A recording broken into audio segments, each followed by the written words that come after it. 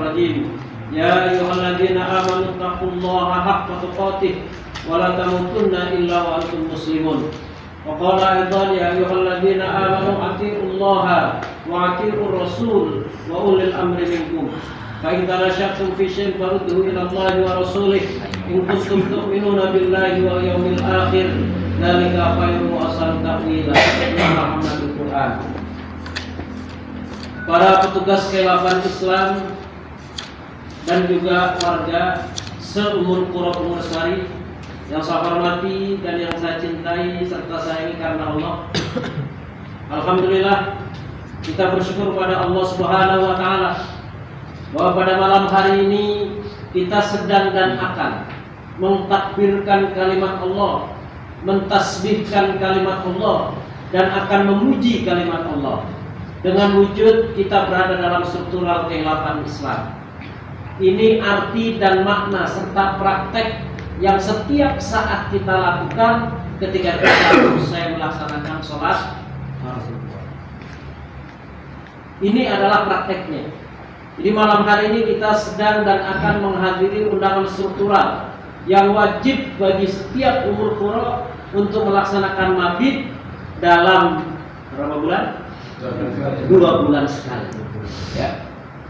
Kita beristighfar pada Allah Subhanahu wa taala karena mungkin kita bukan 2 bulan ini. Jaraknya mungkin yang paling tahu Ardiansa. Bulan apa dulu kita melaksanakan mabit terakhir? Baik tahunan yang dari wilayah maupun umur qura, antum bikin sebanyak-banyaknya, di mana ada pintu tempel, di mana antum duduk biasanya di situ tempel. Ya. Ya. Kita saling wa ta'awanu 'alal birri wa taqwa. Ya, karena umur qura juga bukan orang yang bersih dan suci.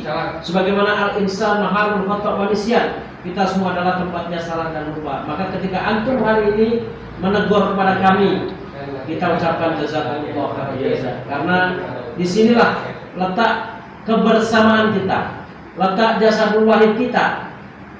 Ketika kita hari ini ada saudara kita yang lupa terhadap program struktural, maka mudah-mudahan pada malam hari ini kita acara mabit umur qura Pengursari ini dari semenjak kita niatkan sampai nanti kita tutup bernilai ibadah di hadapan Allah Subhanahu wa taala.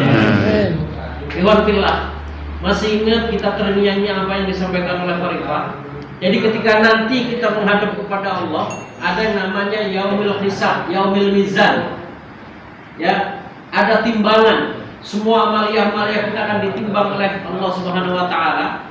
Kata Khalifah kita, yang ditimbang bukan sholatnya, yang ditimbang bukan zakatnya, yang ditimbang bukan infaknya, yang ditimbang bukan mabitnya, tapi yang ditimbang nilai atau pahala dari apa yang kita lakukan. Maka kalau niat kita hari ini, pada malam hari ini, karena kita paham betul bahwa keterikatan kita sebagai petugas khilafah Islam terikat erat dengan atiullah wa atiur rasul wa ulil amri minkum, maka itu sebagai dasarnya, maka insya Allah kita nanti akan ada nilai mabit kita pada malam hari ini. Dengan filah, hanya warga kekhilafan Islam, hanya orang-orang yang berada dalam struktural kekhilafan Islam yang dipimpin oleh seorang khalifah yang mampu mempraktekkan, membaca dan mempraktekkan ayat dengan benar. Di luar itu omong kosong. Di luar itu hanya teori belaka. Contoh kecil, ketika ayat tadi saya sampaikan ya ayyuhalladzina amanu atiullaha wa atiur rasul wa ulil amri minkum.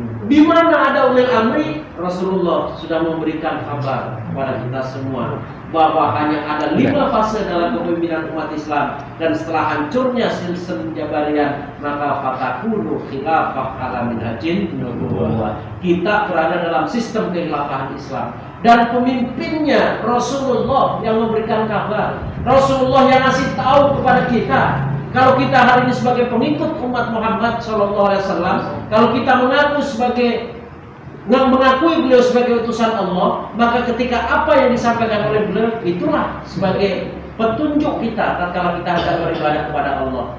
Berkhalifah itu bukan suatu ajaran yang dibikin-bikin oleh orang hebat zaman sekarang. Tapi Rasulullah sendiri sudah menyampaikan bahwa kepemimpinan umat Islam hanya 2 gelarnya. Dari Nabi Adam sampai Nabi Muhammad, Bani Israel dipimpin oleh seorang Nabi dengan sistemnya khilafah. Setelah Nabi Muhammad wafat, umat Islam akan dipimpin oleh seorang khalifah dengan sistemnya adalah khilafah. Itu harus diyakini betul. Harus diyakini betul. Sehingga kalau antum hari ini sudah meyakini betul, maka antum ini yang ada bagaimana kita ini mendohirkan din Allah.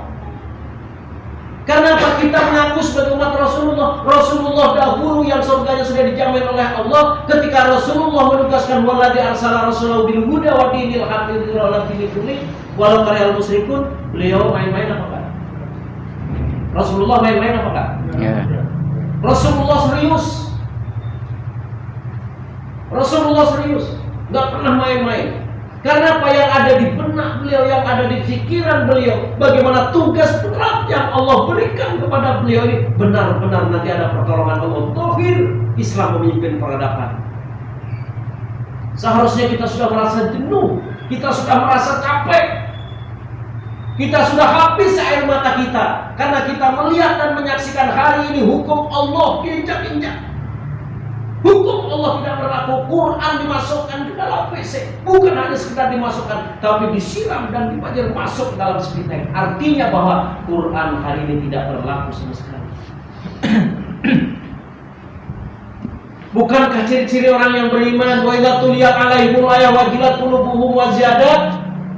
Gimana?